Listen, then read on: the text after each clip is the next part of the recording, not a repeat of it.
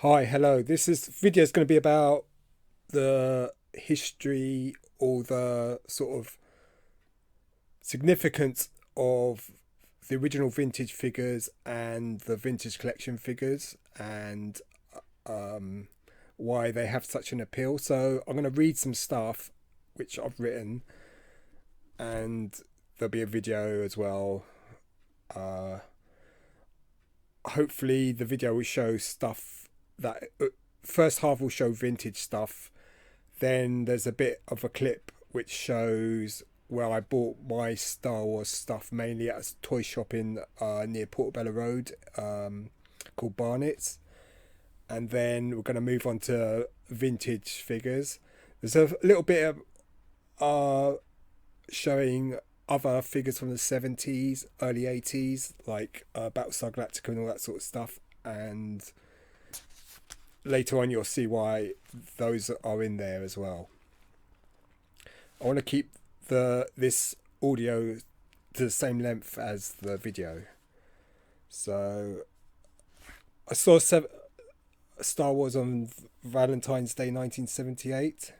I did not want to, but it was my birthday treat, and I was taken to see it. I didn't want to go though. It was such a pivotal moment for a newly turned 8-year-old, not just for me, but for millions of kids in Europe, USA. As Star Wars opened virtually at the start of 1978 in the UK, it opened on 27th of December 1977. We did not have to wait quite as long as the Americans for Star Wars action figures to debut. As far as I remember, the first time I saw a clip of Star Wars was on some BBC children's TV show. I think it was called Screen Test. And maybe the first Star Wars item I ever got my mitts on was an issue of number 2 of Star Wars Weekly by Marvel. I've always loved Star Wars since that birthday in 1978 outing to the Dominion in central London.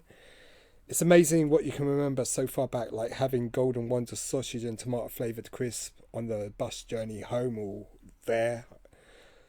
I'd get quite a few of the Star Wars Weekly comics until finally getting my hands on the action figures. I do remember my mum saying that Barnett's had some Star Wars action figures and she was going to take me and my sister, and we each got one. In my mind, I was expected such figures to be sort of Mego sized. Having grown up in the early 70s, I had played with the $6 Million Man, Action Man, Dinky, Space 99, Eagles and other great toys. So I remember choosing my first Star Wars action figure and being a little surprised by how small it was. That's what they all say. The place was Barnett's Toy Shop on Elgin Crescent, a toy shop with a particular smell and sense of wonder as you looked through the toy shelves. My first Star Wars action figure was a Han Solo small head variant on a 12-back Palitoy card. It was 99 pence. The next figure I got was the Ben Kenobi. I remember grazing my knee on the way home. I, like many, enjoyed letting one's imagination run wild, and these small action figures with their easily lost blasters accessories were that avenue to such adventures. It is all these memories that I have from childhood that revolve around these great little action figures and the playing with that created the desire as an adult to collect said figures again. I can vividly picture a day off school sick. I had 2 stormtroopers and some scale electric track pieces lying on the carpet. I was able to construct an Imperial base and play away joyfully. Obviously I wasn't that sick. I do recall flushing my sister's Star Wars figures down the toilet. How dare she have Star Wars figures?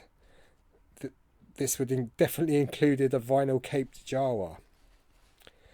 Nearly getting run over on the day I got my first Empire Strikes Back figures, a Han Hoth and Rebel Soldier, also from Barnett's. These are common memories for a 70s kid, and that is why some of us still collect such figures, as they connect us to those joyous and carefree times.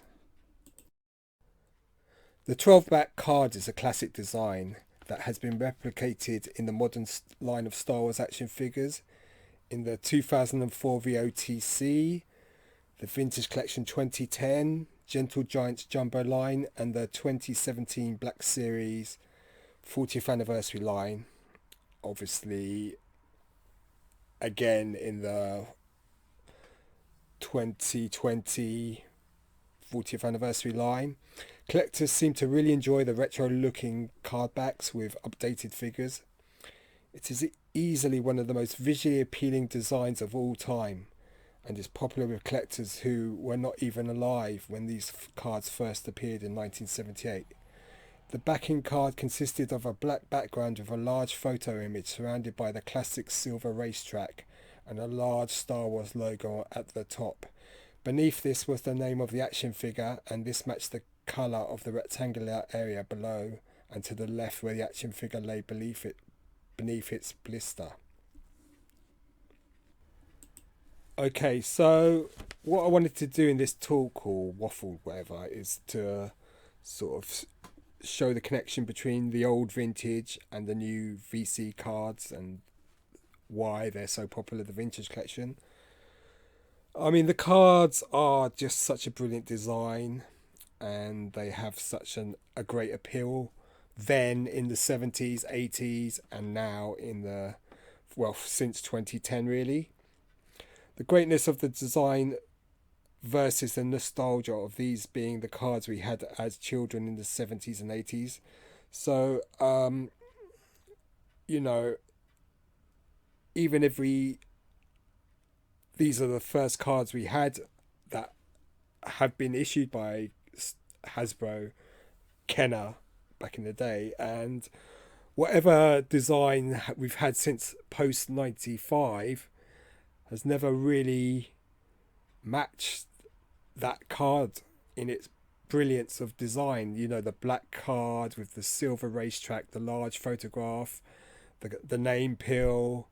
You know, it's such a simple but classic design that, you know, it's just so, you know, that's why I think the vintage collection is so popular, and why people that, you know, might have had the figures back in the 70s and 80s still like these new carded figures, because there's such a nostalgia kick, you know. And it's even more with the retro collection, where you've got the sort of modern reinterpretation of the classic vintage figures. So as soon as I saw the first wave of retro collection figures in Asda in Hounslow in 2019, I had to buy them all 6 straight away. And obviously we've had the Empire Strikes Back 6 as well, and we're getting the Mandalorian 6. The cards are so appealing due to having a large photo, the double in Star Wars, and which soon became on Empire and Jedi cards a single racetrack, the film logo, the Kenner logo, or the Palatoy Meccano, Lily Lede. I really do remember quite vividly going to Barnett's toy shop, as I've said before, to buy my first figure, a Han Solo 12-back Palatoy card. And as I have so often stated, that I was a little surprised, you know, about the size of the figures, because before that, you know, the figures were a lot bigger. I mean, the $6 Million Man, the Action Man figures we had were just so much larger. Plus, the Mego was the standard before that. You know, the Mego. I remember vividly seeing the Star Trek Mego figures in a store, wanting them, but my mum wouldn't let me go to the shop. So, you know, that's the only time I saw them in the 1970s, the Star Trek Mego figures. I remember vividly getting my second figure, Ben Kenobi, from the same shop, and you know, like I said before, I grazed my knee on the way back home. So, such memories. And you know, going into Barnett's, which you will see footage of. Or it's not a toy shop anymore, unfortunately. But you know, it had, that shop had a certain smell. The figures were in the 70s at the side of the shop, and then in the 80s towards the back. But you know, it was always like going into an Aladdin's cave, really. You know, to buy one or two figures. You know, you'd save your pocket money, which wasn't much in those days. But you know, you'd hopefully at least once at least every fortnight you'd get a new figure. We have seen over the years since 1995 that Hasbro Kenner have put out figures on numerous cardback designs. Whilst colourful and somewhat appealing, they cannot compare to the design perfection of the vintage cardback design. Neither do the cardbacks and other toy lines of the 1970s and 80s have that same appeal to me as classic Star Wars vintage. Not to say that some of these cards have a fantastic visual appeal, and the ones that you'll see in this video are the Mego Star Trek the motion picture figures, a very colourful design, the pink box Kenner $6 Million Man, Palitoy Action Man, Action Force was quite a nice design, the Mattel Battlestar Galactica, the Mego Black Hole figures, great card backs, even though some of the Migos were a bit generic. Nor can I leave out later 80s lines that have a massive appeal to those born, say, 5 years or so after me. The Mattel He-Man, G.I. Joe, Hasbro Visionaries, Teenage Mutant Ninja Turtles, where they were more late 80s, early 90s, and so on. But as current nut job Sinead O'Connor once sang, nothing compares to you. And I would say that the card that Kenner issued Star Wars figures on was never near perfection in design. Even for collectors of Star Wars who missed the original vintage era will say that these cards are nigh on perfect. The best design then and the best design now. When looking at modern lines of Star Wars cardbacks, it's these that have a strong element of the original vintage era card that looks the best. And these would be the 2004 OTC, which went into 2005, and the 2006 Saga. It was in 2004 that we get the VOTC release of the 12 figures on cards that were virtual duplicates of what we got back in the day. Obviously, the figures on the cards were modern interpretations of the classic cardbacks and feature superior articulation and sculpting.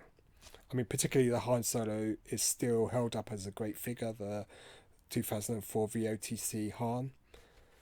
The marriage between classic and modern was a match made in heaven, and if not heaven, a Chinese factory. That's me trying to be smart. The VOTC had a few more figures released in 2006 and 2007 on sort of Saga OTC cards. The Boss was one of those figures, IG-88. I mean, they were top quality figures. Hasbro really should have smashed out the vintage collection in 2008, perhaps. The reason I say 2008 is that the vintage collection in 2000... Oh wait, sorry, let me go back. The reason I say in 2008 is that the figures that came out then and in 2009 were just fabulous. But the cardbacks, although looked slick, were not to patch on the classic vintage card. The figures issued in 08-09 are some of the greatest ever produced and would have looked even better on vintage collection cards. I do know that some of these figures did make it onto the first wave of vintage collection cards from 2010 to 2012, but I think that was a missed opportunity.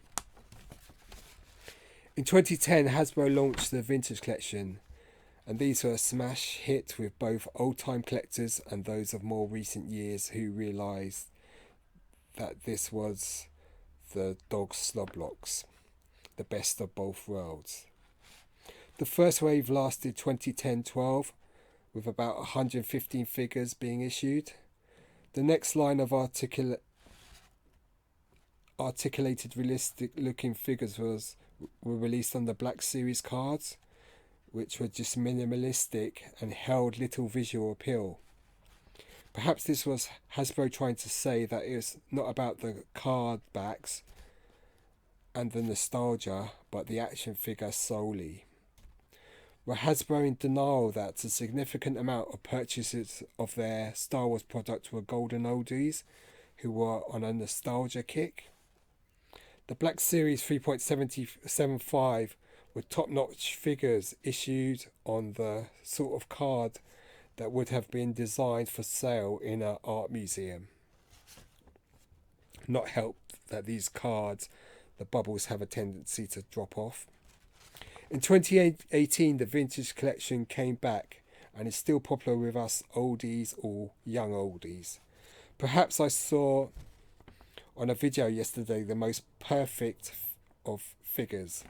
This is the VC186, the Boba Fett, on a beautiful card back that harkens back to 1983 with the much requested blue sky Fett image. This figure itself is described as sheer perfection in 3.75. Everyone who is a Star Wars head will want this figure on card back. Those born in the 70s, 80s, 90s and so on.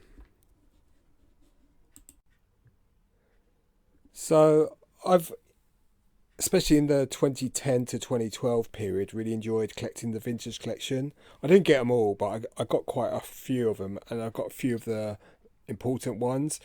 In 2010 I didn't really get into it. I only got picked up a couple, but say 2011 I got as many as I could find. That was at Toys R Us and on buying on eBay. So I really enjoyed collecting the vintage collection. I thought they were really nice figures. I thought the cards were great. The cards were a lot thicker when compared to what's Hasbro's releasing now, and that's one of the sort of drawbacks of the post 2018 collection, is that they're using a thinner card stock. With those cards in 2010-11 in the UK, we got our cards covered in a huge sticker on the back of the card, but it was fun to collect because you'd get various offers. You'd get the Boba Fett mail away, you could get the Darth Maul and the prototype Boba Fett. So and there was variants, like you had the Canadian cards, the US card, the European card. You even got a few actual European cards, that is cards that were actually European cardstock. Japanese imports with the Tommy Takara sticker in the lower bottom of the card back. So it was all great fun, going into Toys R Us. I'd always wait with Toys R Us. I'd always wait when they had a buy one get one half price, or get two for a good deal, and just go pick them up. But now Toys R Us is gone, and I mean it was all the thrill of the hunt.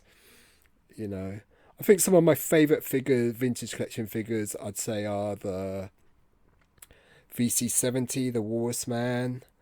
I know Only One Kenobi always goes on about my Wike Skiff Master, that I got it for about £6 at the Entertainer. I think it was £5 at the Entertainer. The Gamorrean Guard, that was a standout figure. So it was great fun collecting those figures, especially when you could get them at a good deal. I was talking to Boss Bounty after he did his 15,000 show, and saying that I've got footage of me being in Forbidden Planet, and in the background there's about 5 or 6 Ashokas, and why I didn't buy one then, because it would have been $12.99. I mean, I know I've got her on the Black Series, but to have got that Ashoka on the vintage collection, also the Shea Vizsla, I had the chance to buy that, so it's, but you sort of, you know, you live and learn. You can't have everything really. So I think I've got about 20 seconds left on this video. So I hope you've enjoyed my sort of waffling diatribe where I sort of show sort of nostalgia and, you know, the love for vintage collection amongst my generation and younger collectors, you know. So hope you enjoyed that. Cheers, goodbye.